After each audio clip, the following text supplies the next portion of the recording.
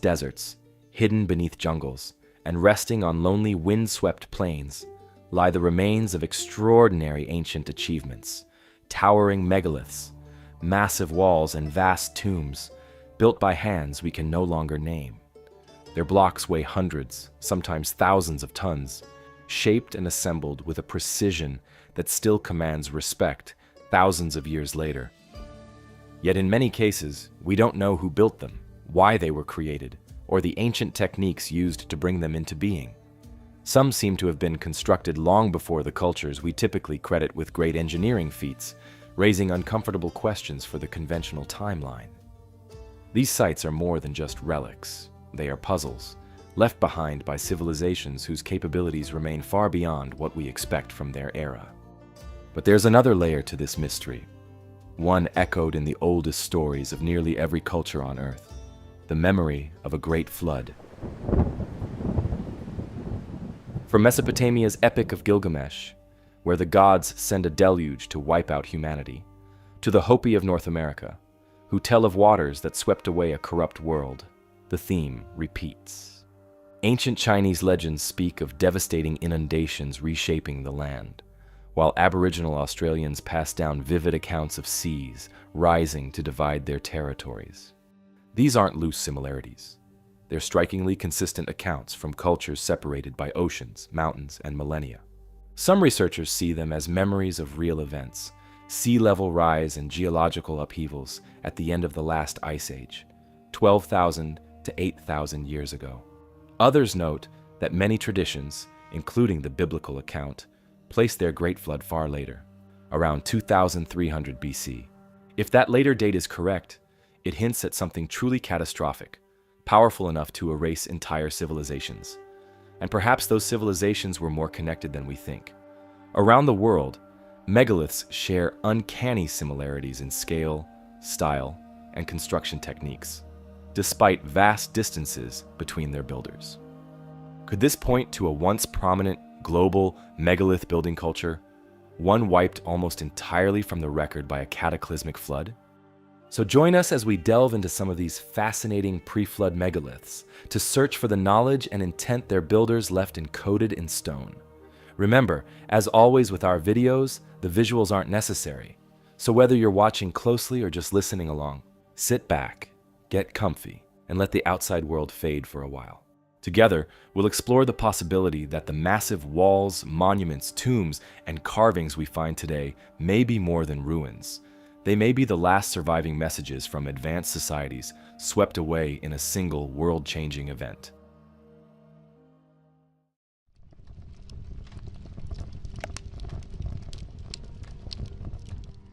Tucked away in the quiet, wooded hillsides of Japan lie two ancient monuments whose origins remain as mysterious as their appearance.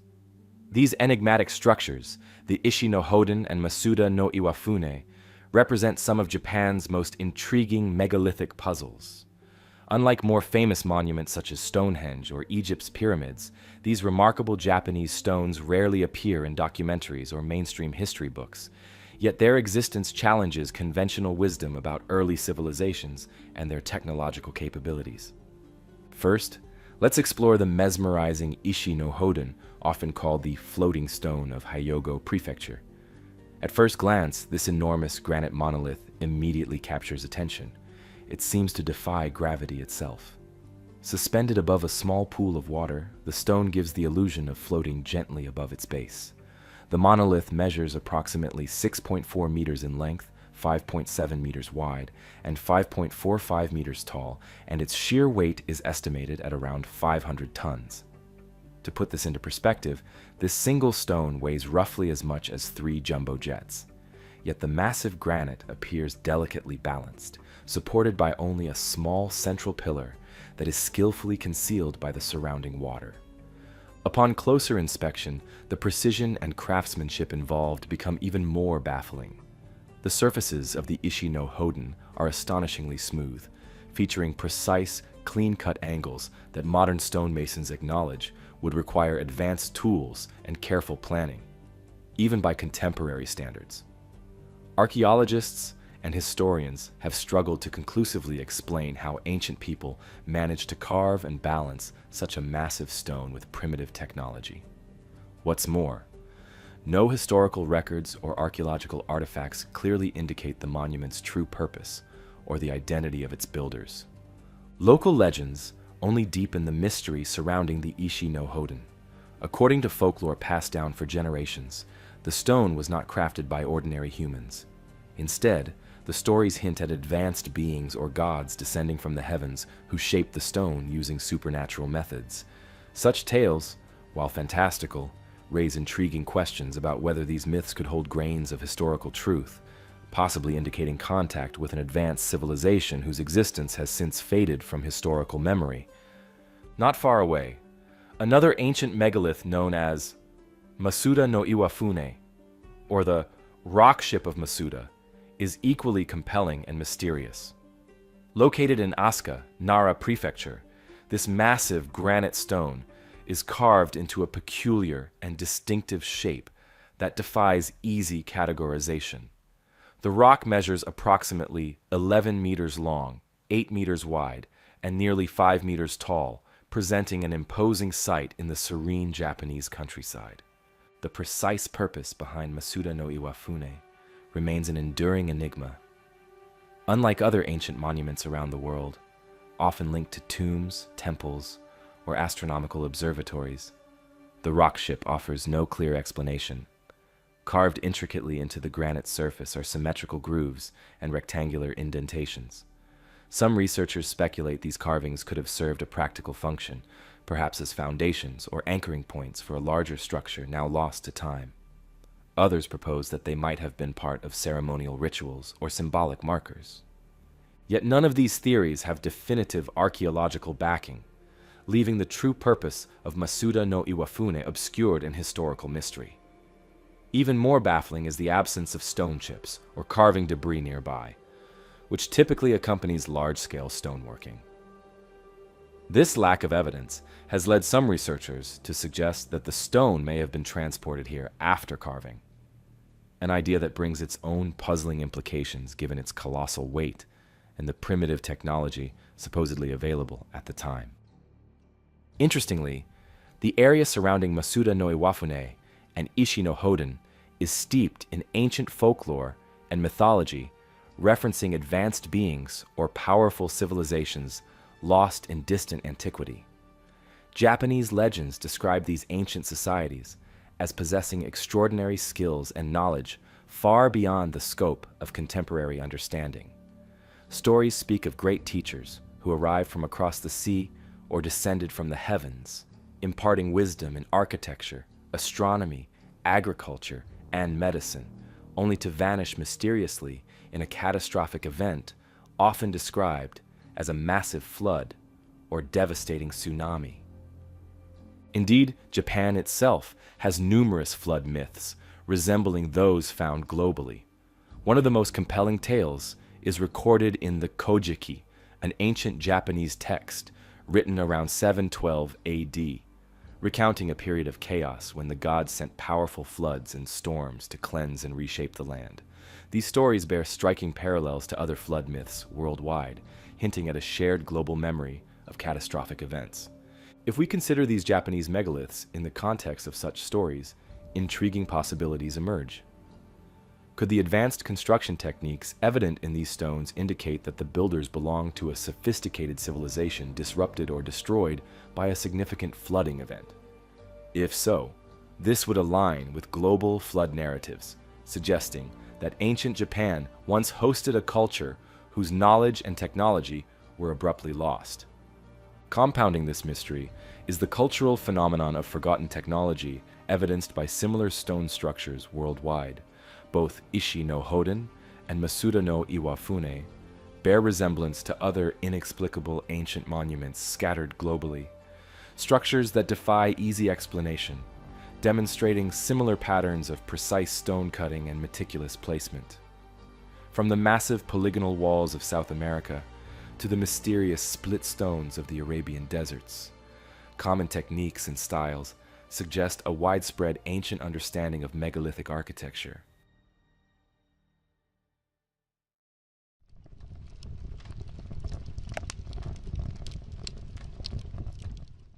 When most people think of ancient ruins, familiar sites like the pyramids of Egypt or the temples of Greece typically spring to mind.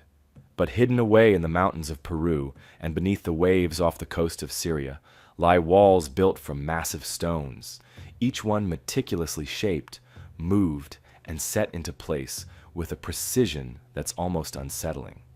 These structures are not merely impressive, they're genuinely puzzling. The people who built them vanished long ago, leaving behind no written records or explanations.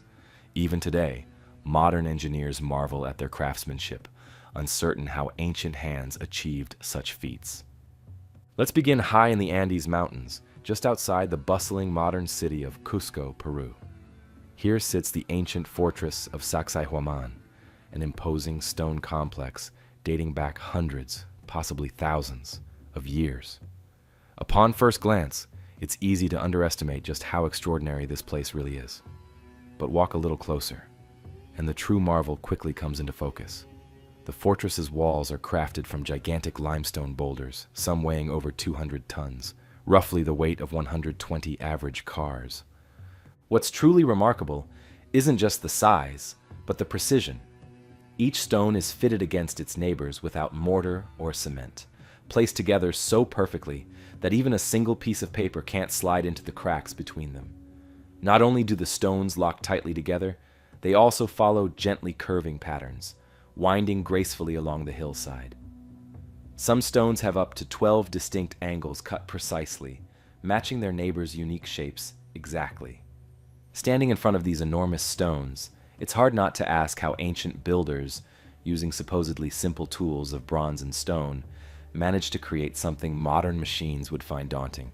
Archaeologists agree that transporting and placing these huge stones would have required immense effort. But when questioned about how exactly this was done, even seasoned researchers often shrug and admit it's something of a mystery. Local folklore offers fascinating explanations. Some stories speak of giants who moved and shaped these stones, possessing enormous strength or mystical powers. Other tales, passed down by generations, describe ancient civilizations with abilities that seem almost mythical today, people capable of making stones lighter or softer, temporarily easing their manipulation into perfect alignment. A few hundred kilometers northwest of Sacsayhuaman lies another astonishing Peruvian site, known as Ollantaytambo. Nestled in the sacred valley, this site features what is known as the Wall of the Six Monoliths, another incredible demonstration of ancient engineering. These 6 massive granite stones stand tall, aligned side by side. Each monolith is enormous, carved out of solid granite, weighing up to 50 tons apiece, and again, fitted with astonishing accuracy. But here, the mystery deepens even further. These granite blocks didn't originate from the immediate vicinity. Instead, archaeologists trace their origins to a quarry on a distant mountain, located approximately 7 kilometers away, across rugged terrain and a deep valley. Transporting each stone would have required moving them down steep slopes, across rivers, and finally hauling them uphill to their resting place. Even today, with our heavy machinery and advanced logistics, the task would be exceptionally difficult. The question naturally arises: how did ancient cultures achieve this monumental effort? Again, the local Quechua people preserve rich legends of a time when their ancestors received assistance from beings known as the Viracochas, a legendary civilization of wise men who arrived, taught advanced skills like agriculture and construction, and then abruptly disappeared. According to these traditions, the great stones were moved through unknown, possibly supernatural means. While modern science may resist such explanations, these local stories reflect genuine awe toward their ancestors' remarkable abilities. But South America isn't alone in hosting ancient megalithic walls that intrigue modern observers. Across the globe, off the Mediterranean coast near Syria, the ancient island city of Arwad conceals yet another mysterious structure. Known historically as one of the earliest continuously inhabited settlements, Arwad's roots stretch back to Phoenician times, nearly 4,000 years ago or more. Beneath the shallow waters surrounding the island lies something truly curious. A partially submerged megalithic wall constructed from massive blocks of limestone. Diving explorations reveal large stones, similar in style and precision to those found in Peru, fitted tightly together without any binding mortar. What's particularly intriguing is the fact that this wall currently rests underwater, submerged beneath several meters of the Mediterranean Sea.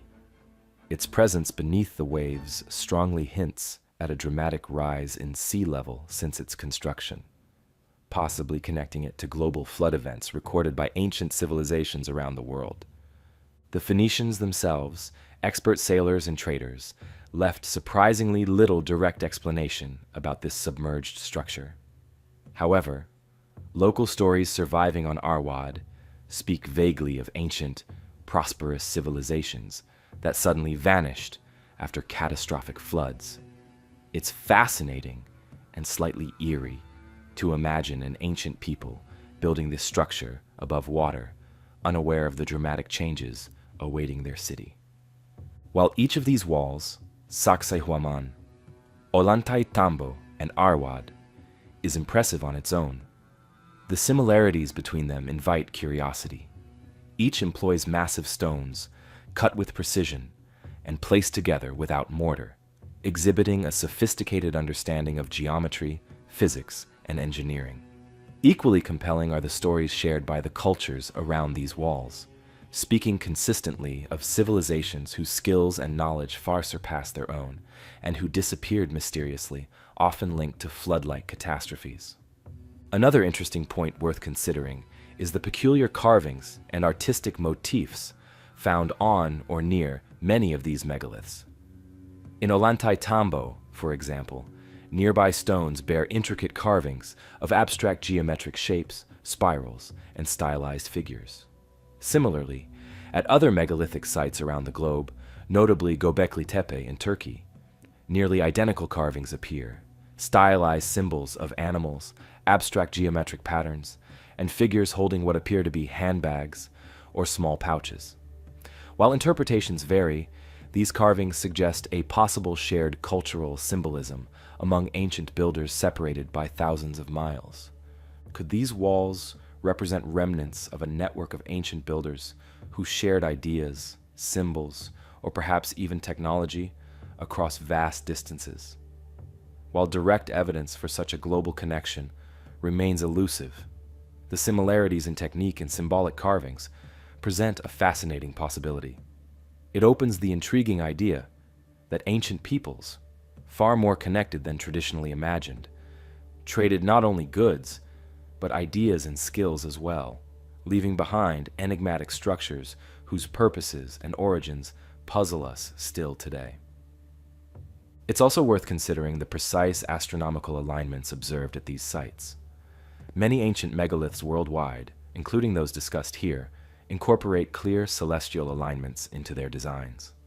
Stones aligned precisely to solstices, equinoxes, or significant star positions indicate a sophisticated understanding of astronomy by their builders.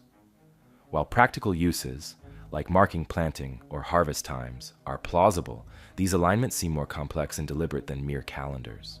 They suggest a deep-seated respect or reverence for celestial events, perhaps a universal cultural trait of these ancient vanished civilizations. What we can say with certainty is that these ancient walls, standing silently through millennia, offer a compelling look into the capabilities of their unknown builders. These enormous stones, perfectly shaped, transported across daunting distances, and precisely aligned, tell us plainly that their creators possessed extraordinary skills. They prompt us to question the simplistic idea that early societies were merely primitive. Instead, they reveal that the people who built these walls were resourceful, intelligent, and inventive in ways we can still barely grasp today. As you wander among the enormous stones at places like Sacsayhuaman or gaze into the waters around Arwad, you encounter the physical legacy of people who mastered stonework in ways few others have since matched. Whether the builders were ancient Peruvians, Phoenicians, or unknown cultures long lost to history, their impressive achievements survive, carved into stone, still inspiring awe and curiosity thousands of years later.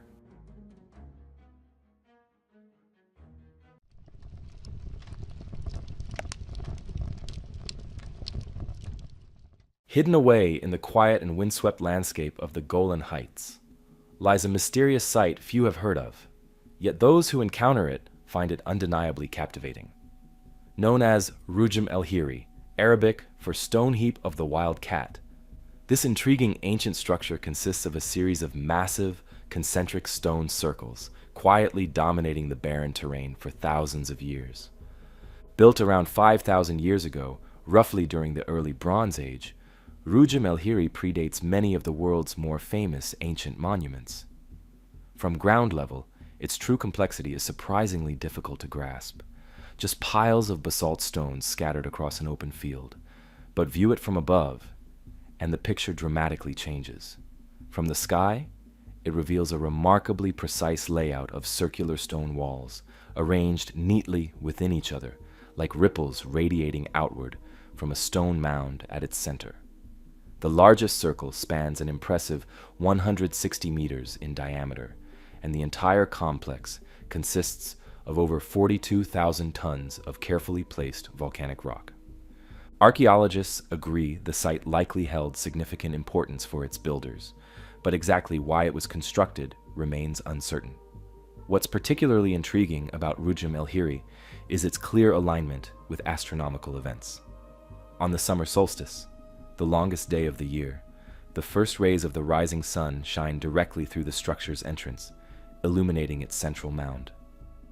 This precise solar alignment strongly suggests ancient builders possessed considerable astronomical knowledge and deliberately designed the structure to track seasonal cycles. Adding further fascination are the discoveries from excavations within the central mound. Archaeologists found a burial chamber deep inside, dating to a slightly later era than the circles themselves. This suggests the site might have served various ceremonial or ritualistic functions over many centuries, perhaps associated with honoring ancestors, marking seasonal changes, or celebrating celestial events.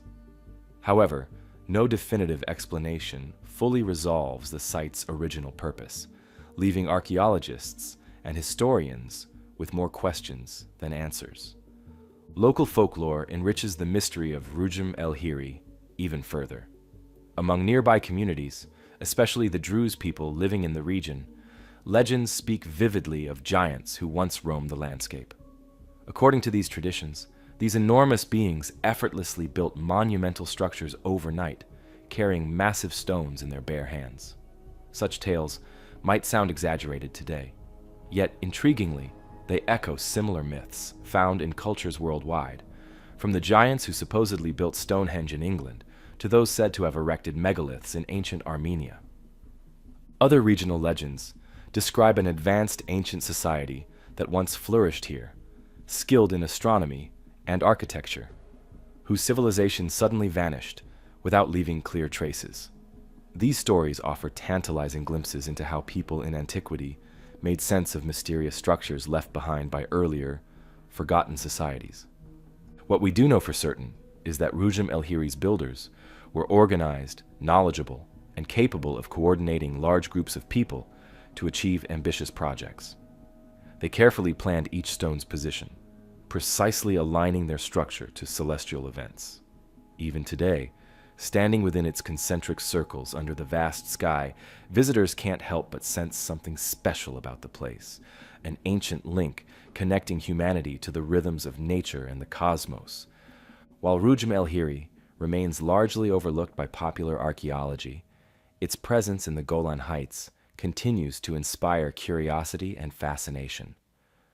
Whether built by ancient astronomers, forgotten cultures, or legendary giants, this remarkable stone complex silently invites all who visit to appreciate the mysteries of our collective past.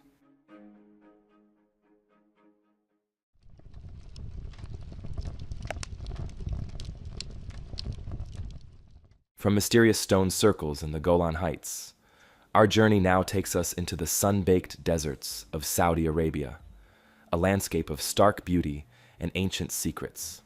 Here, standing amid drifting sands and relentless sunlight, is one of the world's most peculiar geological formations, Naslaa. At first glance, the Naslaa rock formation appears almost surreal, as if conjured up by a sculptor's imagination, rather than shaped by natural forces. Two enormous sandstone boulders sit side by side, separated by a remarkably precise vertical split, so clean and exact that it looks more like the work of a modern laser than anything nature might create. Each half is delicately balanced on a small, naturally formed pedestal, giving them an elegant, almost gravity-defying appearance. What immediately grabs attention, though, is the astonishing precision of the cut between the two stones. Stretching down several meters in height, the fracture line dividing them is perfectly straight, so sharply defined that observers often find themselves questioning its natural origins. Even trained geologists, familiar with countless examples of weathering and erosion, marvel at the Naslaa formation's striking perfection. Scientific explanations have been proposed, suggesting natural geological processes, such as seismic activity, wind erosion, or pressure changes in the rock layers, could account for this unusual split. However, none of these theories fully satisfy every expert.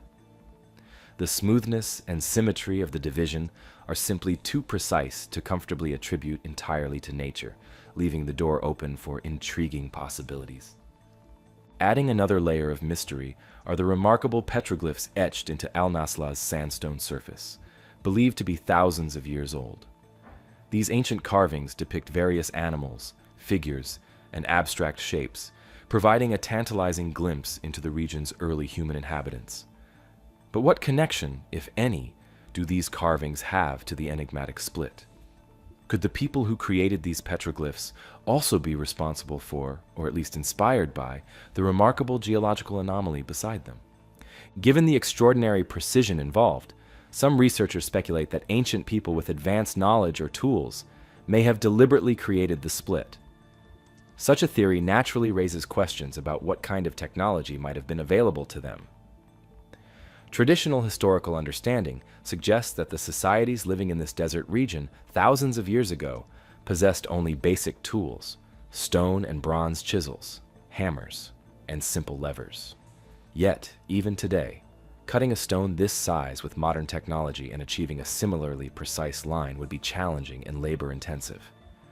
Could an ancient civilization have had access to methods far beyond what conventional history acknowledges? There are no direct historical records clearly answering this question, and yet local Arabian folklore offers intriguing clues. Legends from the region speak of ancient tribes who had mastery over stone, capable of shaping rock effortlessly with strange and unknown tools. These stories often weave in mythical elements, describing beings or people with unusual powers who could alter stone's consistency, turning it soft or easily moldable. At Naslaa, scientists continue to debate and investigate the formation's origins. Some geologists theorize that seismic activity in the distant past created stress fractures, eventually splitting the rock so neatly. Others point to ancient volcanic activity, suggesting that heated groundwater might have weakened certain mineral layers within the sandstone, leading to the precise fracture we see today. Yet, neither scenario entirely convinces skeptics, leaving room for alternative interpretations and debate. It's fascinating to consider what observers, thousands of years ago, might have thought when encountering this peculiar rock formation. Did they see it as evidence of divine or supernatural intervention? Was the location chosen deliberately for petroglyphs because they saw something special or sacred in its appearance? Ancient cultures often revered unusual natural landmarks, attributing special meaning or spiritual significance to them, and Naslaa certainly qualifies as extraordinary. Local Bedouin traditions add further flavor to the mystery. Stories shared among tribes describe ancient times when powerful beings or skilled craftsmen inhabited the land, leaving behind subtle traces of their presence, marks and monuments meant as guides or symbolic reminders of their passing. Could Naslaa's precisely split stones represent one such deliberately placed monument, its meaning and message now lost to history? Whatever its true origins, whether purely natural, man-made, or something in between, the Naslaa rock formation continues to captivate and perplex visitors today. Tourists, historians, and scientists alike journey into the harsh desert to see this baffling geological curiosity firsthand.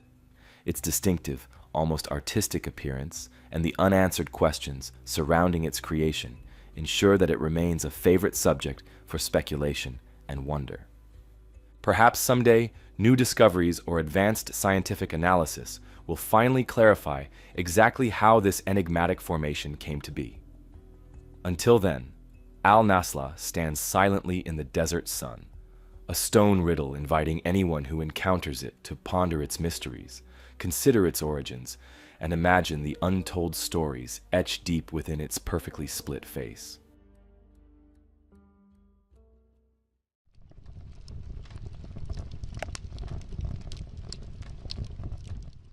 We now journey to Egypt, famous for its ancient wonders, yet home to lesser-known sites equally captivating. Nestled quietly behind the Temple of Seti, one at Abydos, lies a subterranean structure known as the Osirion, an enigmatic complex that many believe predates even the oldest Egyptian dynasties. At first glance, the Osirion doesn't look like typical Egyptian architecture at all. Hidden partially underground, this ancient complex feels more like something you might discover deep within a lost civilization rather than behind a well-documented temple. Descending into the Osirion feels like stepping back into a different era, one even older than the pyramids or the Great Sphinx. The Osirion consists of a series of massive granite pillars arranged precisely around a central island, forming a symmetrical chamber partially submerged in groundwater. Each of these colossal pillars weighs approximately 100 tons, shaped and placed with astonishing precision. Unlike the intricate hieroglyphics and detailed carvings that adorn most Egyptian temples, the surfaces here are smooth, simple, and remarkably austere.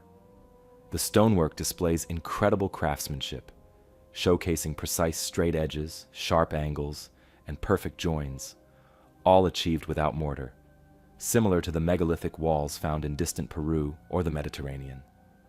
This architectural style stands apart from traditional ancient Egyptian methods. Typically, Egyptian temples, like the nearby Temple of Seti, feature ornate inscriptions, colorful murals, and elaborate reliefs. The Osirion, however, has none of this decorative grandeur. Instead, it exudes a minimalist sophistication, almost modern in its simplicity. This stark difference in style has led researchers to wonder if the Osirion might not be Egyptian at all, but perhaps inherited from an even older civilization. Historical records and archaeological evidence have struggled to definitively date the Osirion. Traditional Egyptologists attribute it to Pharaoh Seti I, roughly 1290 to 1279 BC. However, the evidence is not entirely clear, and numerous researchers argue the structure is much older, possibly thousands of years older, citing its unique design, construction methods, and extensive water erosion patterns on the stone surfaces as evidence. These erosion patterns, observed notably by alternative historians, resemble those famously found on the body of the Great Sphinx at Giza, suggesting exposure to significant flooding or prolonged rainfall events, conditions far predating Egypt's recognized dynastic periods.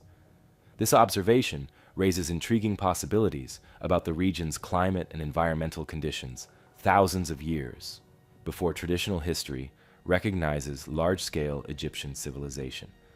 Egyptian mythology adds another fascinating layer to the mystery surrounding the Osirion. According to legend, the site honors Osiris, god of the afterlife and rebirth, believed by ancient Egyptians to have brought civilization, wisdom, and culture to humanity. Local traditions suggest the Osirion was deliberately built to symbolize Osiris's tomb, linking the structure closely to ancient myths of a golden age when gods and demigods interacted directly with humans. The Egyptians themselves consistently maintained that many of their sacred places, especially those associated with Osiris, were not their own original constructions. Instead, they described inheriting temples and sacred structures from a much older culture, a civilization they described as highly advanced and directly connected with divine beings or gods. These legends speak of beings known as the Shemsu Hor, or followers of Horus, semi-divine rulers who governed Egypt long before its recorded history began. The Shemsu Hor are credited in ancient texts with establishing advanced cultural traditions, monumental architecture, and complex spiritual beliefs. Could the Osirion be one of these legendary inherited structures? Its architecture certainly aligns with the descriptions Egyptians gave of these earlier divine buildings. Massive scale, precision craftsmanship, and distinctive construction methods, unlike anything else from the recognized dynastic era. This raises fascinating questions about Egypt's historical timeline and the true origins of its earliest monuments. Further deepening the intrigue, researchers note that the Osirion shares architectural traits and sophisticated building techniques with other enigmatic ancient sites worldwide, notably Peru's Sacsayhuaman or Turkey's Gobekli Tepe. Such similarities hint at shared knowledge or methods existing in a remote past, potentially predating established histories of these separate cultures. Yet, despite intense archaeological interest and modern research, the Osirion remains an unsolved puzzle. Water continually fills its chambers, limiting excavation and detailed study, preserving its secrets beneath a shallow pool that has existed since antiquity. Visitors today still marvel at its stark elegance and imposing presence, capturing the imagination without revealing its true origins. Local guides and historians near Abydos often speak of the Osirion with a mix of reverence and curiosity, recounting stories passed down through generations that hint at lost civilizations and divine beings who once walked alongside humans. Even now, in modern Egypt, these legends continue to resonate, less as fanciful myths and more as echoes of a distant reality preserved through storytelling. Though questions about who built the Osirion remain unanswered, its presence challenges our understanding of ancient Egyptian history. As archaeologists continue to explore and study, perhaps future discoveries beneath the sands and waters around Abydos will finally provide definitive clues about the true age and origin of this fascinating structure.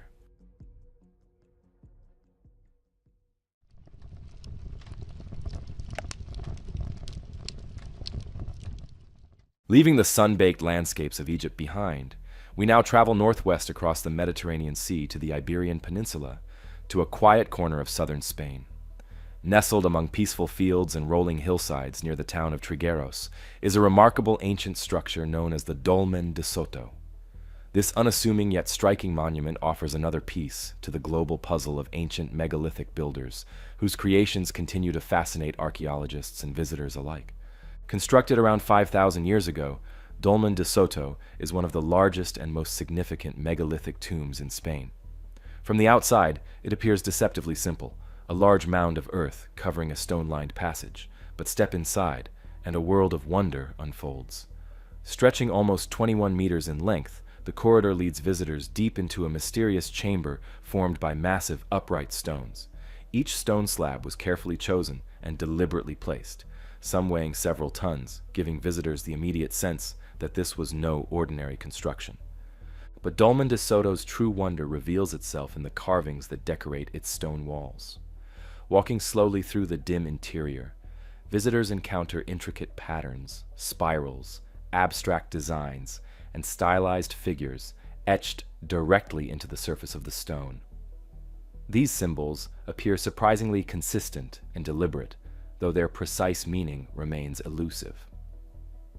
Are these carvings purely decorative, symbolic references to celestial events, or perhaps ancient maps marking nearby sacred sites? Scholars continue to study them, intrigued by their complexity and subtlety. One fascinating aspect of Dolmen de Soto is its deliberate astronomical alignment. Archaeologists studying the tomb noted that its entrance faces precisely eastward. Each year, during the equinoxes, the 2 days of the year when day and night are of equal length, the rising sun's rays penetrate deep into the dolmen's passage, illuminating the inner chamber and its ancient carvings. This phenomenon strongly suggests the site's builders possessed significant astronomical knowledge, carefully aligning their structure to specific moments within the solar calendar. The sophistication required to create such precise astronomical alignments 5,000 years ago cannot be overstated. It implies careful planning, keen observation, and deep cultural importance placed upon solar events. While the exact purpose of this alignment remains uncertain, many experts believe it may have served ritualistic or ceremonial functions, marking seasons, agricultural cycles, or perhaps connecting the living with their ancestors during important times of the year. Leaving the warmth of southern Spain, we now travel northward over lush green landscapes and across the waters to the emerald fields of Ireland. Here, nestled in the serene Boyne Valley, sits another ancient marvel, the Newgrange tomb. Constructed around 3200 BC, making it older than Stonehenge and even the Great Pyramid of Giza, Newgrange offers another intriguing glimpse into the sophisticated capabilities of ancient builders. At first glance, Newgrange appears as a large, circular mound of grass-covered earth, but as you draw closer, the structure reveals its true complexity. Encircled by enormous stones standing upright, Newgrange's exterior facade features a striking white quartz stone wall, restored in modern times to replicate its original appearance, and large, rounded granite boulders decorating the perimeter. The tomb measures over 80 meters in diameter and is approximately 13 meters high, standing imposingly amid the Irish countryside. Yet the most captivating part of Newgrange lies within. Visitors enter through a narrow, stone-lined passageway, carefully making their way nearly 19 meters into the heart of the tomb. At the passage's end sits a cruciform-shaped chamber with 3 alcoves, each believed to have held ancient remains or ceremonial objects. But it's the stunning carved artwork covering the interior stones that draws immediate attention.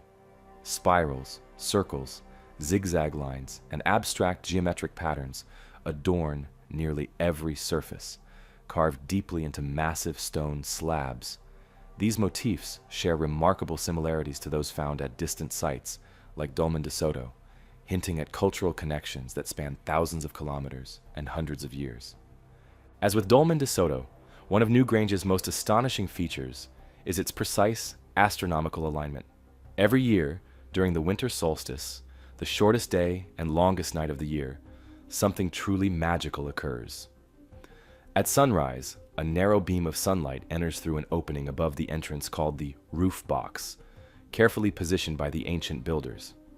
This beam slowly creeps along the passageway, penetrating deep into the inner chamber, illuminating it brightly for a brief but spectacular moment. For the rest of the year, the tomb's interior remains dark, untouched by direct sunlight. This precise alignment is no accident. It required sophisticated observational skills, mathematical calculations, and advanced engineering knowledge to position the roof box and chamber correctly. The solstice alignment likely held profound importance for Newgrange's builders, symbolizing rebirth, renewal, or the promise of returning light after winter's long darkness. Legends passed down through Irish folklore add another layer of intrigue. Local myths tell that Newgrange was built by an ancient race known as the Tuatha De Danann, a mystical tribe said to possess extraordinary powers. According to tradition, the Tuatha De Danann were skilled in magic, craftsmanship, and astronomy, creating monumental structures effortlessly. While mythical, such legends reflect genuine awe and respect for the site's impressive sophistication, highlighting its enduring mystery.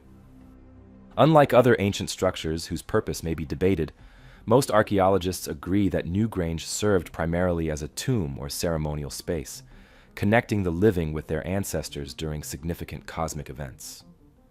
Even today, thousands of visitors apply each year for the rare chance to witness the winter solstice illumination, eager to experience the moment just as Newgrange's ancient builders intended.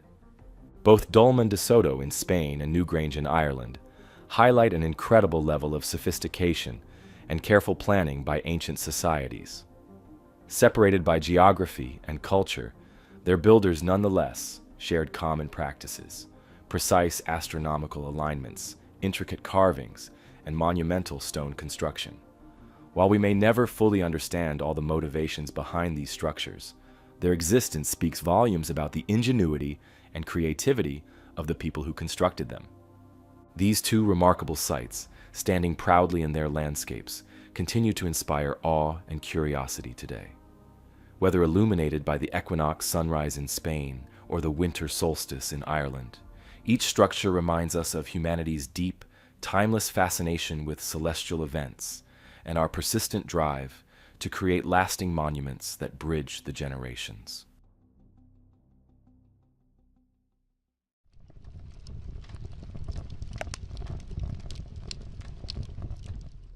From the softly rolling hills of Ireland's Newgrange tomb, we journey southeast now, across Europe and into the rugged landscapes of Lebanon, to a site that has fascinated visitors for thousands of years: Baalbek. Nestled in the fertile Bekaa Valley, Baalbek holds some of the most astonishing megalithic stones ever carved and placed by human hands. Yet despite centuries of study, exactly how ancient people managed this feat remains stubbornly unclear. When approaching the Baalbek complex, one immediately feels dwarfed by its colossal scale. The site consists primarily of Roman temples, built roughly 2,000 years ago, including the Temple of Jupiter, Temple of Bacchus, and Temple of Venus, each impressive in its own right. But beneath these Roman structures lies a foundation of massive stone blocks, so enormous and precisely placed they overshadow even Roman engineering feats. This foundation is known today as the Trilithon, three incredibly large limestone blocks, each weighing around 800 tons. To visualize that kind of weight, consider this: each stone is roughly equivalent to two fully loaded jumbo jets. Even more astonishingly, these stones weren't just roughly moved into position, they were carefully cut, shaped, transported, and placed with precision. The edges between these colossal stones fit snugly together, with such exactness that no mortar or adhesive was required. Thousands of years later, it's still impossible to insert even a sheet of paper into the cracks. While the Trilithon stones alone are impressive, Baalbek also hosts another stone known as the Stone of the Pregnant Woman, still lying in a nearby quarry. This stone weighs an incredible 1,000 tons, making it one of the largest single-carved stones ever created by humans. Just imagining how this massive block was intended to be moved, let alone positioned into a structure, can leave modern engineers scratching their heads. Even today, using our most powerful cranes and transportation equipment, maneuvering and placing stones of this magnitude would be immensely challenging. This raises a fascinating puzzle. How exactly did ancient people, equipped only with what we assume were basic tools and simple machinery, manage to accomplish this monumental task? Baalbek's stones weren't just roughly dragged across short distances. The quarry supplying these colossal stones lies nearly a kilometer away, meaning builders needed not only to lift them, but transport them across uneven uphill terrain. Historians and archaeologists have proposed various theories over the decades. Some suggest complex systems of rollers, ropes, ramps, and thousands of laborers might have slowly moved the stones into place. Others argue such methods are physically impractical given the stone's sheer size and weight. Modern experiments using ancient tools have struggled to replicate even a fraction of the movement required, often encountering problems with friction, terrain, and manpower. Local Lebanese folklore, however, offers a rather different and admittedly more colorful explanation. Stories passed down through generations tell vividly of giant beings who once roamed this valley, possessing immense strength and special powers. According to legend, these giants easily lifted enormous stones, placing them into foundations and temple walls effortlessly, as a child might stack building blocks. While legends of giants might sound fantastical today, ancient people genuinely believed these stories to be historical truths. In fact, many cultures worldwide reference giants or large humanoid beings responsible for constructing monumental sites. In Lebanon specifically, local stories describe these enormous beings as semi-divine ancestors or great heroes who shaped their landscape with ease, leaving behind traces of their strength in monumental structures like Baalbek. Beyond local folklore, historical texts offer intriguing insights. Ancient Greek and Roman authors, visiting the region thousands of years ago, recorded their astonishment at Baalbek's colossal stones. Writing around the 1st century AD, Roman historian Pliny the Elder marveled at the temple foundations, attributing their construction to unknown ancient peoples or mythical figures from the distant past. It's worth noting that while Roman architects were masters of engineering, their structures typically featured smaller stones and bricks, bound together with mortar and concrete. Baalbek's massive stones clearly predate the Romans. When the Romans arrived, they built atop these pre-existing foundations, apparently recognizing their durability and stability. Yet the Romans themselves left no record clearly explaining who originally constructed the immense megalithic platform beneath their temples. Archaeological consensus currently attributes Baalbek's trilithon stones to an earlier Phoenician or Canaanite civilization, dating back possibly 3,000 or 4,000 years. Yet these ancient societies, according to our historical records, also possessed relatively simple technology and lacked sophisticated engineering equipment. This discrepancy leaves a puzzling gap in our understanding. If neither Romans nor earlier documented civilizations had the technological ability to move these stones, who did? Visiting Baalbek today is still awe-inspiring. Tourists and scholars alike wander among these enormous stones, marveling at their sheer scale and craftsmanship. Archaeologists and engineers continue to investigate, hoping new discoveries or advanced methods might clarify exactly how ancient builders achieved these incredible feats. Meanwhile, the local community remains understandably proud of this remarkable heritage site. Lebanese guides often recount the ancient legends of giants to visitors with a blend of humor and respect, acknowledging the mystery while preserving the storytelling traditions of their ancestors. Adding to the intrigue is the careful precision observed not just in placement, but in the very cutting of these stones. Close inspection reveals surfaces that appear expertly machined rather than roughly hand-carved. Some researchers speculate ancient builders may have possessed methods or techniques now lost or unrecognized. Special chisels, diamond-tipped tools, or unknown leveraging devices. Yet archaeological excavations around Baalbek haven't yet revealed any definitive tools or equipment to explain the stone's flawless shaping. One thing remains undeniable. Whoever built Baalbek's foundational stones had both profound knowledge of stoneworking and extraordinary organizational capabilities. Planning, shaping, moving, and precisely placing each massive block would have required coordinated teams, expert knowledge of physics and engineering principles, and perhaps, if local legends are to be entertained for a moment, even unusual physical strength. The enormous scale, precision engineering, and enduring mystery of Baalbek's stones continue to captivate imaginations. They stand as a tangible testament to human, or perhaps superhuman, ambition, skill, and determination. Whether the product of ancient engineering genius or mythical giants, Baalbek's megalithic foundation remains one of the world's most enigmatic monuments, silently challenging visitors to uncover its ancient secrets.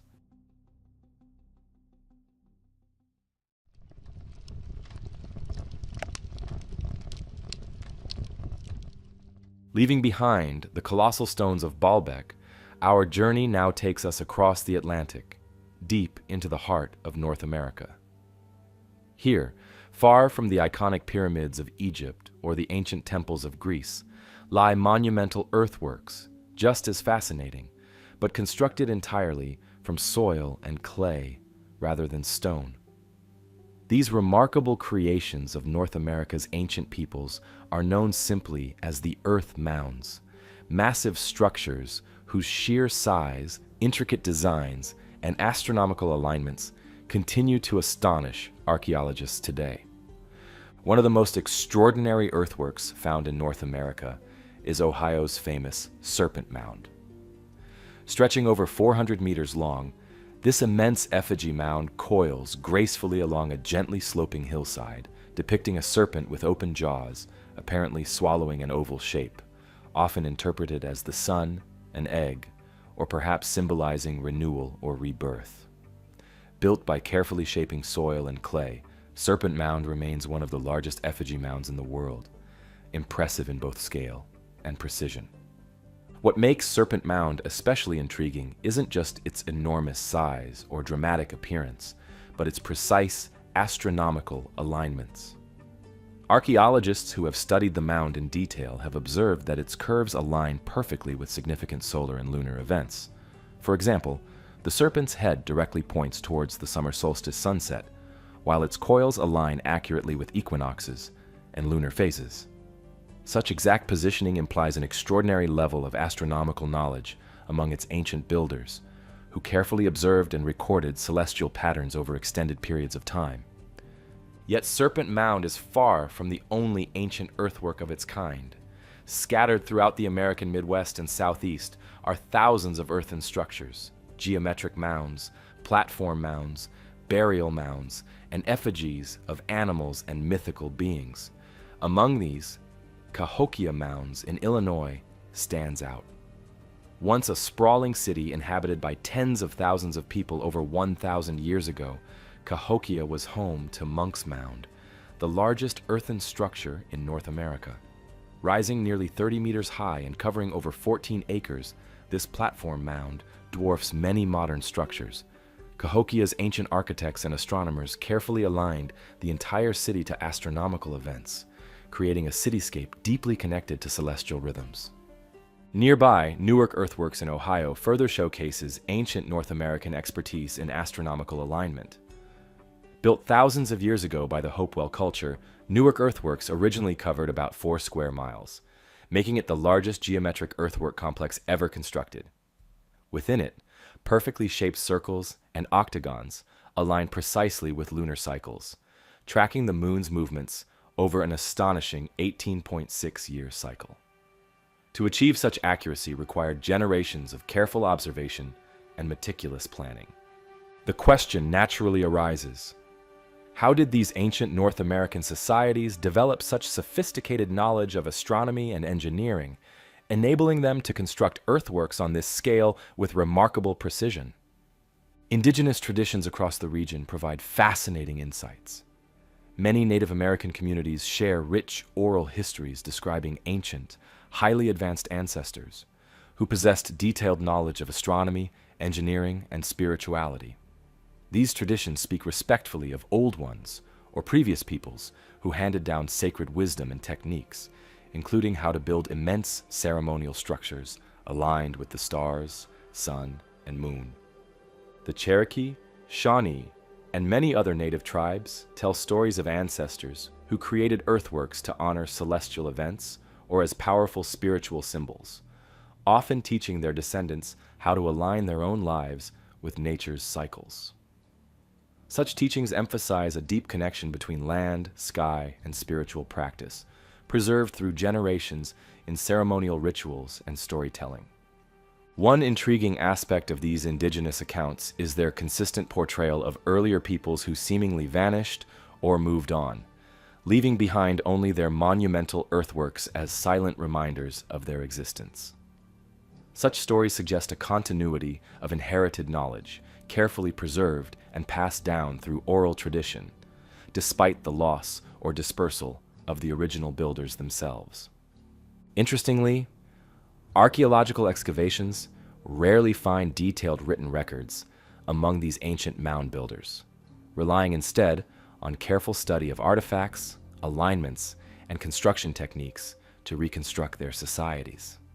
Despite their sophisticated engineering and astronomical observations, these ancient cultures communicated their knowledge orally, entrusting it entirely to memory, ritual, and storytelling. Today, these earthworks continue to hold deep spiritual and cultural significance for Native American tribes who maintain strong connections to these ancient sites. Indigenous communities often play central roles in protecting, interpreting, and preserving earth mounds, recognizing them as sacred spaces connecting past, present, and future generations. Visitors to Serpent Mound, Cahokia, or Newark Earthworks today often find themselves standing in quiet awe, imagining the ancient communities who once gathered at these remarkable sites to observe solstices, equinoxes, and lunar events.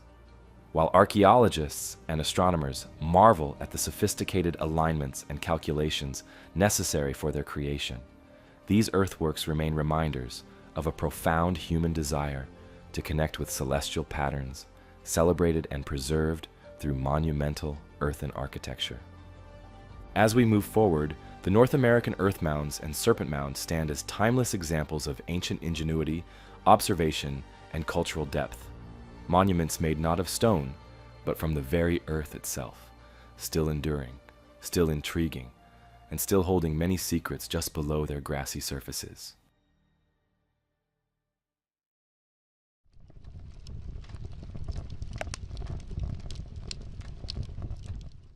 From the lush green earthworks of North America, we now journey back southward, deep into the rugged altitudes of Peru's highlands. Here, overlooking the cold blue waters of Lake Umayo near Puno, stands one of South America's most puzzling archaeological sites, Sillustani. Famous for its striking stone towers known locally as Chullpas, this mysterious complex quietly commands attention. Towering above the windswept landscape, Chullpas are impressive cylindrical towers built from massive, finely cut stones.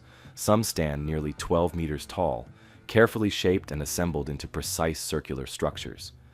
As you approach, it quickly becomes clear these aren't ordinary ruins. The craftsmanship is astonishing. The stones, perfectly smooth and expertly shaped, fit together tightly without mortar, much like other enigmatic ancient sites, such as Sacsayhuaman or Ollantaytambo. In fact, the precision at Sillustani rivals that of some of the most sophisticated ancient masonry found anywhere in the world. Yet these remarkable towers weren't just monuments or ceremonial landmarks. Archaeologists believe they originally served as burial towers for important community leaders or priests. Inside, many chulpas contained mummies, carefully wrapped and placed in fetal positions, surrounded by offerings like pottery, food, and precious items for their journey into the afterlife. But the intriguing question remains: why were these burial towers constructed with such extraordinary precision and care? One particularly remarkable aspect of the Sillustani Chulpas is their unusual architectural technique. Unlike other structures built from simple stacked stone, the Chulpas incorporate massive, finely carved blocks positioned at slight inward angles. This deliberate inward tapering gave these towers incredible stability, helping them withstand centuries of earthquakes and harsh weather, testimony to their builders' sophisticated understanding of engineering. Local indigenous traditions add an intriguing layer to Sillustani's story. According to ancient legends passed down through generations in the region, these impressive stone towers weren't constructed solely by ordinary humans. Instead, the tales speak vividly of ancient giants known as Gentiles, a powerful, advanced civilization that once inhabited the highlands. These beings, described as taller, stronger, and more knowledgeable than the ordinary people of the time, supposedly built these towers easily and quickly, raising heavy stones into place effortlessly. Stories of giants often evoke disbelief today, yet it's fascinating how widespread these accounts appear in local oral traditions. The idea of an earlier, more advanced people who disappeared suddenly, leaving their creations behind, echoes strongly across Andean cultures.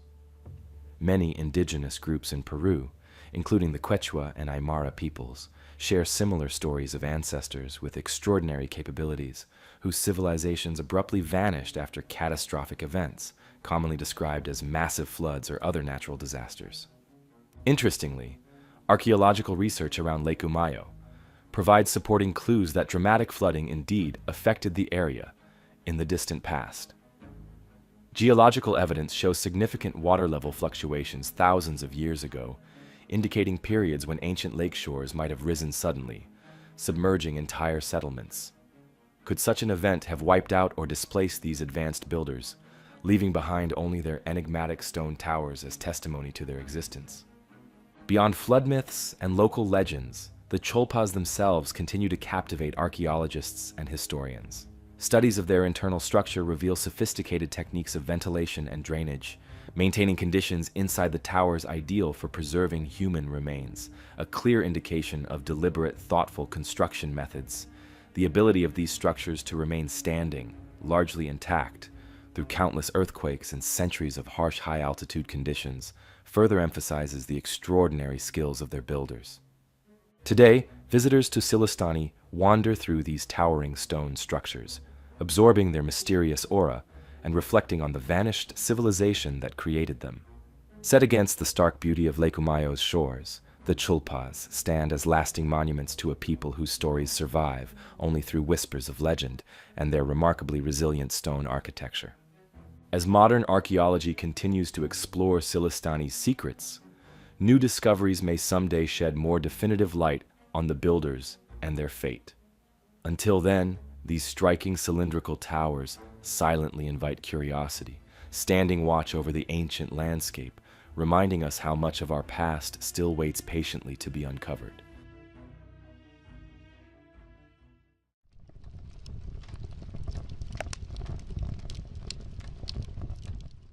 We now venture far across the Pacific, landing in the lush and ancient landscapes of eastern China. Hidden beneath the calm countryside of Zhejiang province, near the village of Longyou, lie a series of astonishing underground chambers that remained undiscovered until very recently. These incredible subterranean halls, now known as the Longyou Caves, represent one of China's greatest archaeological puzzles, both because of their immense scale and because no historical records mention their creation.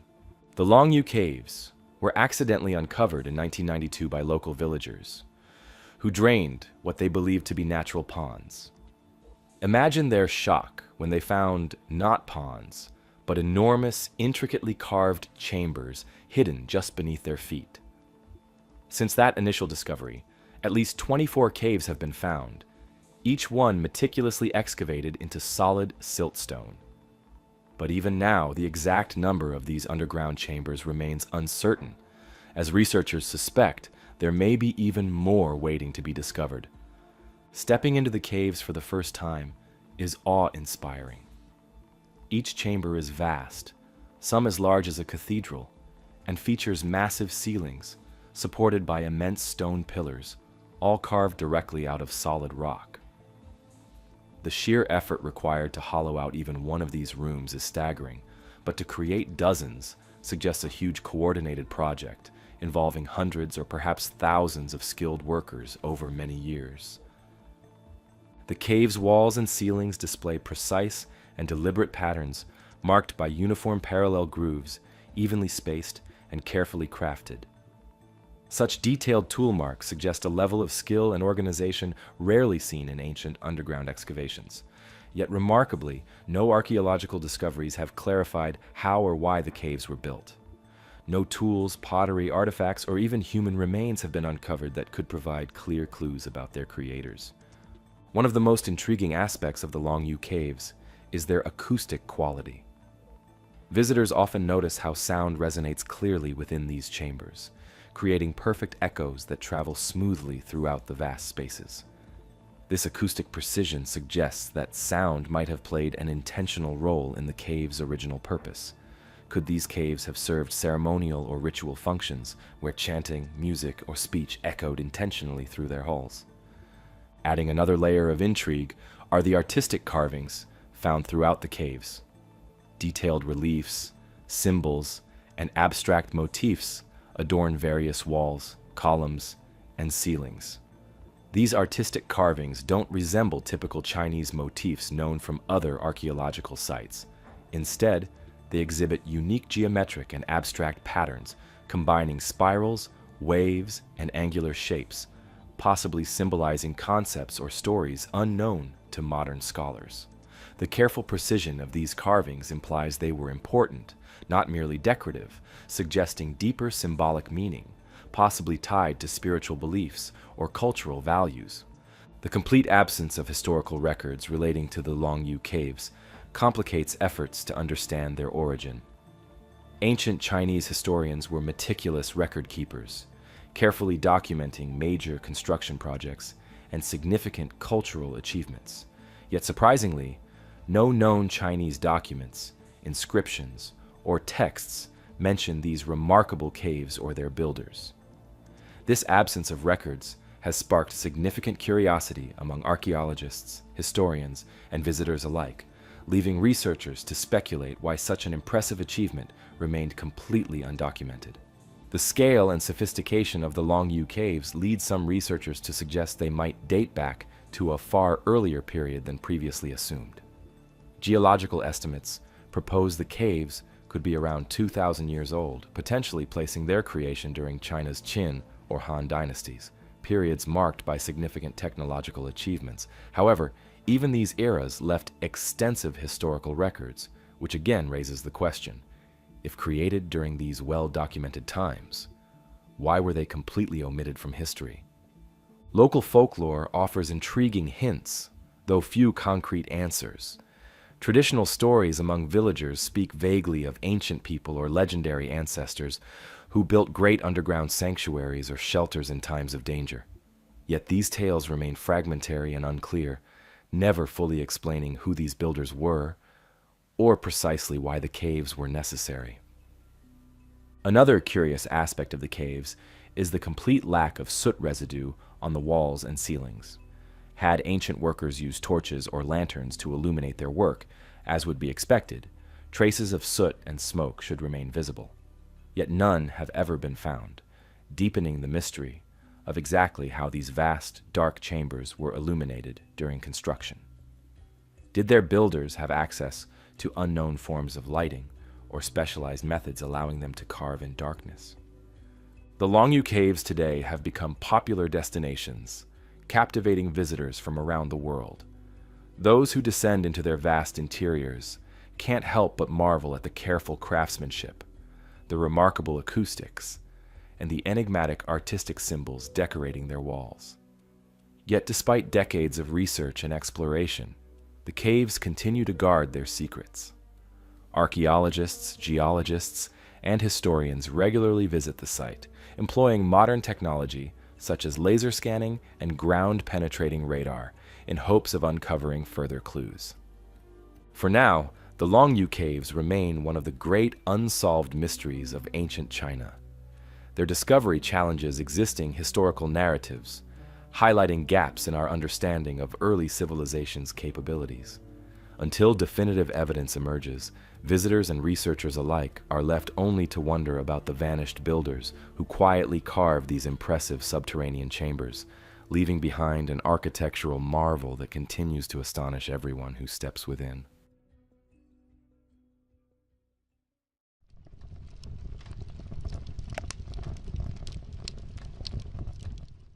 From the shadowy depths of China's Longyou Caves, we journey far across the vast Pacific Ocean, arriving at a remote speck of volcanic land, Easter Island.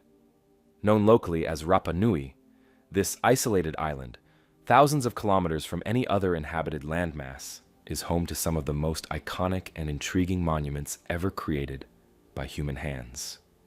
The enigmatic Moai statues. Dotting Easter Island's rugged landscape are nearly 900 giant stone figures, known as Moai, carved from solid volcanic rock. These statues vary considerably in size, but many tower impressively over the landscape, averaging around 4 meters tall and weighing up to 14 tons. The largest Moai ever attempted, known as el-Hiri, remains partially carved at the Rano Raraku quarry. Had it been completed, this giant would have stood around 21 meters tall and weighed over 250 tons. What immediately strikes anyone who sees the Moai is their sophisticated craftsmanship. Each figure was expertly shaped from volcanic tuff, a relatively soft rock that nevertheless required precise carving methods. The Moai's facial features are uniformly distinct, with heavy brows, elongated noses, and carefully shaped lips. Most remarkably, their large eyes were originally inlaid with coral and obsidian to create an intense gaze, though many of these inlays are now missing, lost to time. Yet, carving these statues was only the beginning. Once shaped, these enormous figures had to be transported considerable distances, often several kilometers, from the quarry to ceremonial platforms called ahu along the coastline. How exactly the Rapa Nui people accomplished this extraordinary feat remains a fascinating puzzle. Many Moai stand far from the quarry, perched atop their stone platforms with their backs facing the sea. The effort required to move them over rough terrain would have been immense, even by modern standards. Numerous theories have been proposed to explain their transport. Some archaeologists suggest that islanders used wooden sledges and log rollers, pulling the Moai across the island using ropes. However, this method would have required large amounts of timber, a resource famously scarce on Easter Island. Another intriguing theory, popularized by local oral tradition, is that the statues walked across the island. Researchers testing this hypothesis demonstrated it might be possible to move statues upright by rocking them back and forth with ropes, mimicking a slow, walking motion. Still, despite experimental success, the exact method remains debated among historians and archaeologists. The islanders themselves have passed down oral stories suggesting that the Moai were animated by spiritual forces, moving themselves into place through divine power. Though mythical, such accounts underscore how deeply impressive and puzzling the statue's transportation appeared to the islanders themselves. For centuries, their ancestors maintained a strong tradition of ancestor worship, believing these towering stone figures represented important chieftains and ancestors who protected and watched over their descendants. But what makes Easter Island even more fascinating is its story of cultural collapse, a sudden and dramatic downfall whose causes remain hotly debated. Archaeological evidence shows that at one point, Easter Island supported a thriving society, numbering as many as 10,000 to 15,000 people. These islanders skillfully farmed the land, harvested seafood, and maintained extensive networks of cooperation necessary to build and move Moai statues. However, sometime in the island's history, likely around the 17th or 18th century, things changed drastically. Archaeological layers from this period reveal evidence of conflict, declining resources, and the abrupt halting of Moai construction. Large numbers of unfinished statues remain abandoned in quarries, as though their creators suddenly disappeared or simply gave up. The island's population sharply declined, and a previously organized, prosperous society fractured into smaller, struggling groups. Many researchers attribute this sudden collapse to environmental stress, overuse of resources, particularly the island's limited trees, which were essential for both transportation and agriculture. As deforestation intensified, soil erosion and diminished agricultural yields likely worsened. Islanders would have found it increasingly difficult to sustain their lifestyle and massive construction projects. Yet some scholars speculate that environmental issues alone may not fully explain the scale and speed of the collapse.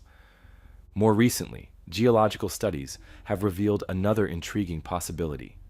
Researchers studying sediment layers discovered evidence suggesting Easter Island experienced periods of extreme climatic stress, droughts, storms, or even potentially tsunamis triggered by distant seismic activity. Such natural disasters, striking suddenly and severely, could have disrupted island society dramatically, hastening its decline. Intriguingly, local legends describe past catastrophic events, including great waves that destroyed coastal villages, reinforcing the possibility that Easter Island's culture might have suffered from one or multiple rapid disasters.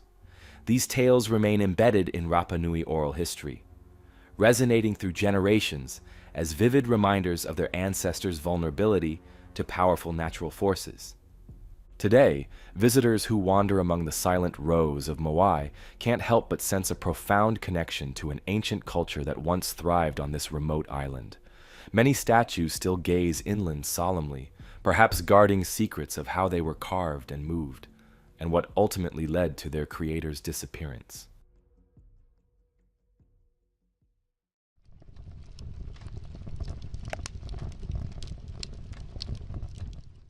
Leaving the windswept shores of Easter Island behind, we now travel across the globe once again, this time arriving in southeastern Turkey, land steeped in history and mystery.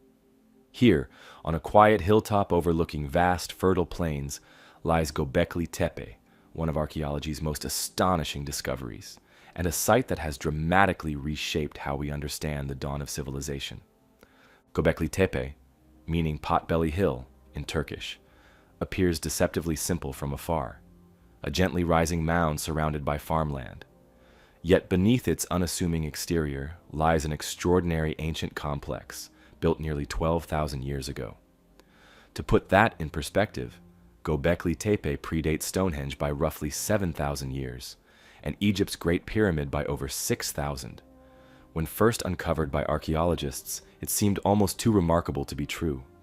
Excavations have revealed several large circular enclosures, constructed from immense limestone pillars.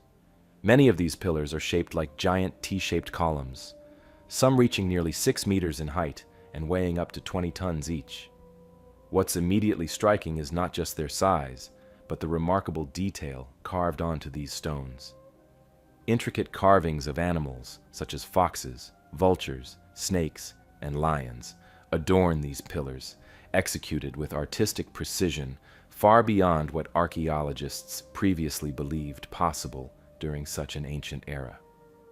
One fascinating pillar at Gobekli Tepe even depicts a stylized figure carrying a small handbag-like object, an enigmatic symbol that intriguingly appears in carvings worldwide. From ancient sites in Mesopotamia to the stone carvings found among the ruins of civilizations in Central America. The recurring image of this handbag motif across distant ancient cultures has captivated researchers and sparked debates about potential global cultural connections.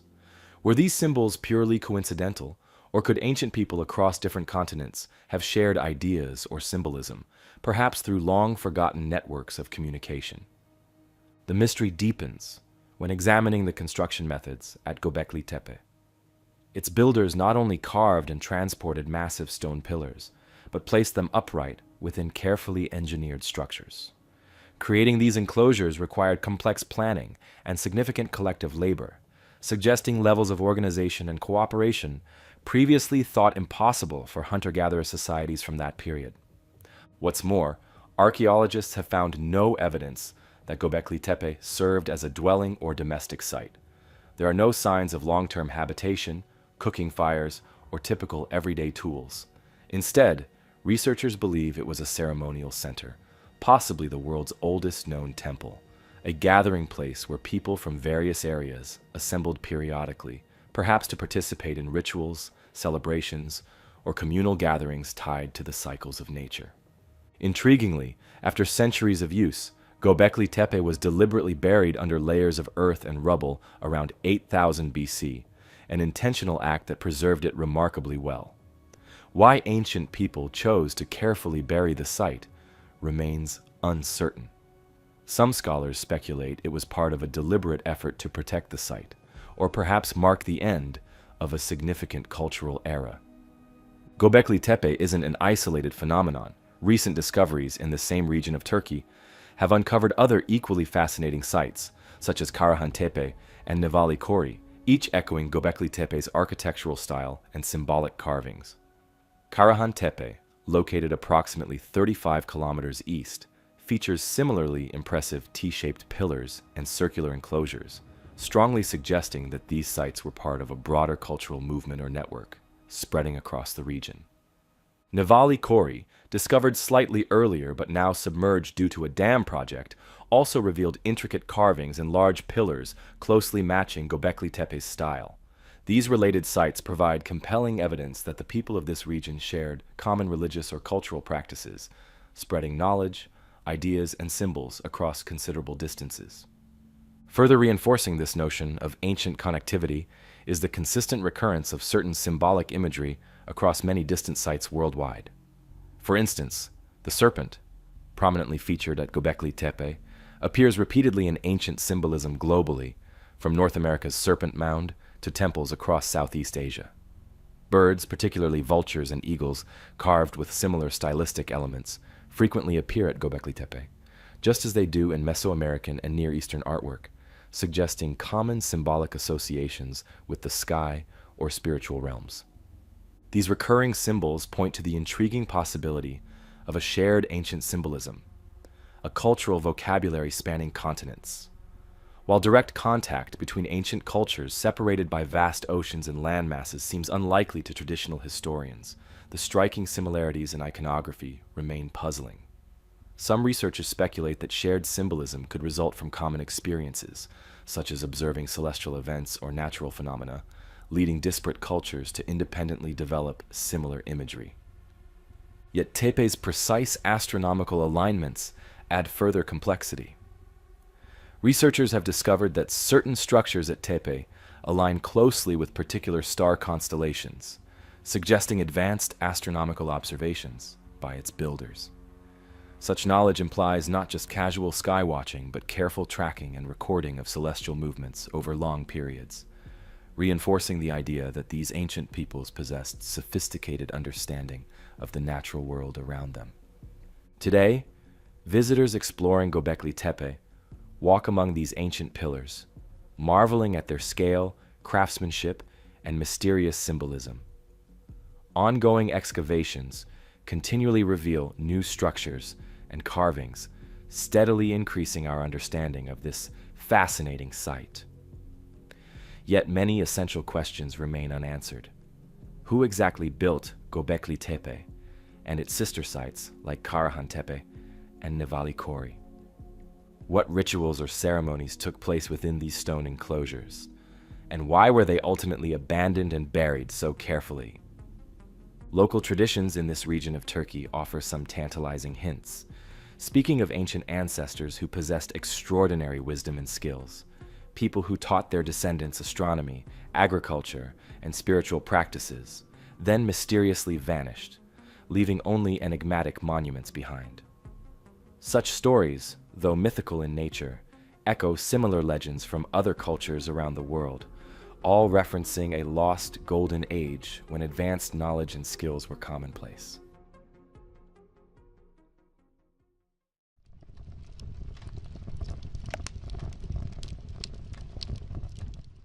After exploring the ancient enigmas at Gobekli Tepe and its sister sites, it becomes increasingly clear that our planet holds countless stories from forgotten civilizations. As we've journeyed across the globe, encountering massive stone circles, precise astronomical alignments, sophisticated carvings, and extraordinary structures, a question naturally arises. Could these monuments be evidence of advanced societies lost to history, possibly disrupted or destroyed by catastrophic flooding events thousands of years ago? To better understand this intriguing idea, let's briefly consider the geological and climatic changes that swept across the Earth between roughly 10,000 and 5,000 BC. During this period, our planet underwent dramatic transformations, transitioning out of the last ice age. As enormous ice sheets melted and retreated, sea levels rose rapidly, sometimes flooding vast coastal regions virtually overnight. Scientific research shows that global sea levels increased by more than 120 meters, enough to reshape continents, submerge entire landmasses, and permanently alter human civilization. This rapid and significant rise in sea level wasn't gradual or subtle. Instead, researchers now understand it occurred in a series of dramatic events, sometimes causing large-scale flooding within only a few generations. Coastal areas that were once vibrant populated regions, rich in resources, ideal for agriculture and settlement, vanished beneath rising seas, forcing entire populations inland. Could these sudden floods explain why so many ancient cultures worldwide describe catastrophic water events in their myths and legends? Intriguingly, submerged archaeological discoveries have provided direct evidence supporting these ideas.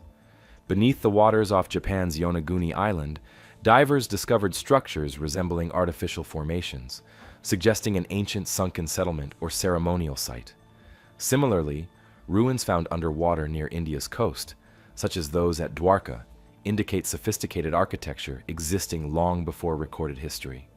These underwater structures support the theory that rising sea levels flooded large, inhabited regions, regions possibly home to advanced civilizations whose histories now lie beneath the waves.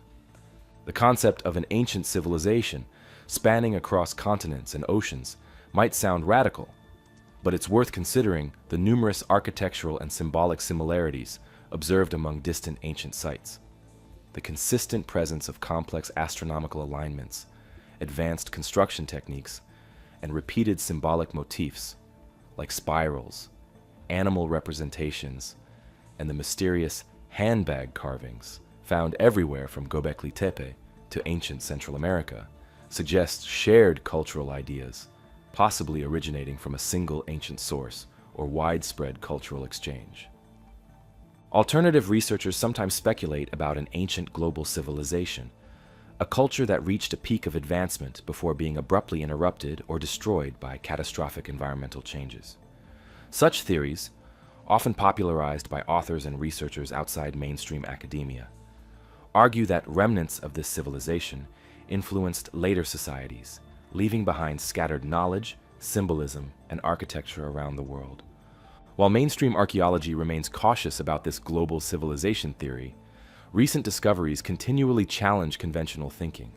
Advances in underwater archaeology, satellite imaging, and geological analysis are steadily revealing previously unknown ancient sites, many submerged beneath modern sea levels or hidden beneath dense vegetation and sediment. Each new discovery adds credibility to the possibility that large-scale global flooding did significantly impact early human societies, reshaping their environments, forcing migration, and altering their historical trajectories forever. Moreover, the widespread myths from diverse cultures further support the idea of a collective memory of catastrophic floods. From Mesopotamia's Epic of Gilgamesh and the biblical account of Noah's flood to indigenous traditions in Australia, China, and North America, nearly every ancient civilization vividly remembered a devastating water event. These traditions describe entire civilizations being swept away, leaving only a few survivors who carried forward fragments of knowledge, technology, and symbolism from their lost cultures. Could these scattered legends actually record historical events?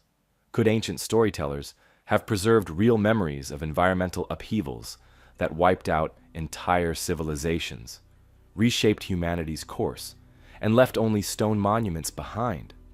While conclusive evidence remains elusive, the pattern of global myths aligns intriguingly with scientific evidence of dramatic flooding events at the end of the Ice Age. Ultimately, what we do know for certain is that ancient civilizations possessed extraordinary skills, remarkable knowledge of astronomy, engineering, and artistry.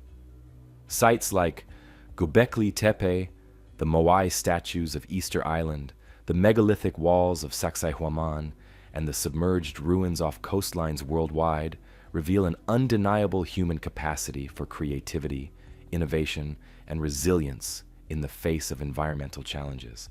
Perhaps the greatest value in exploring theories of lost civilizations and global flooding isn't to definitively prove or disprove these ideas, but rather to remain open to new discoveries, to question assumptions, and to embrace the mysteries still hidden within our shared history. Our past is far more complex, interconnected, and fascinating than we've traditionally imagined.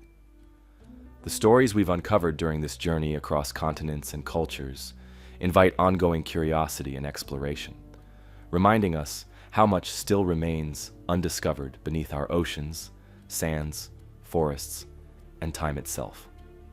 Thanks for watching. We'd love to hear your thoughts. Which site fascinated you the most? Do you think global flooding truly reshaped ancient civilizations? Or do you believe another explanation fits better? Let us know in the comments below. And as always, don't forget to like this video, subscribe, and turn on notifications for more journeys into history's greatest mysteries. Until next time, as always,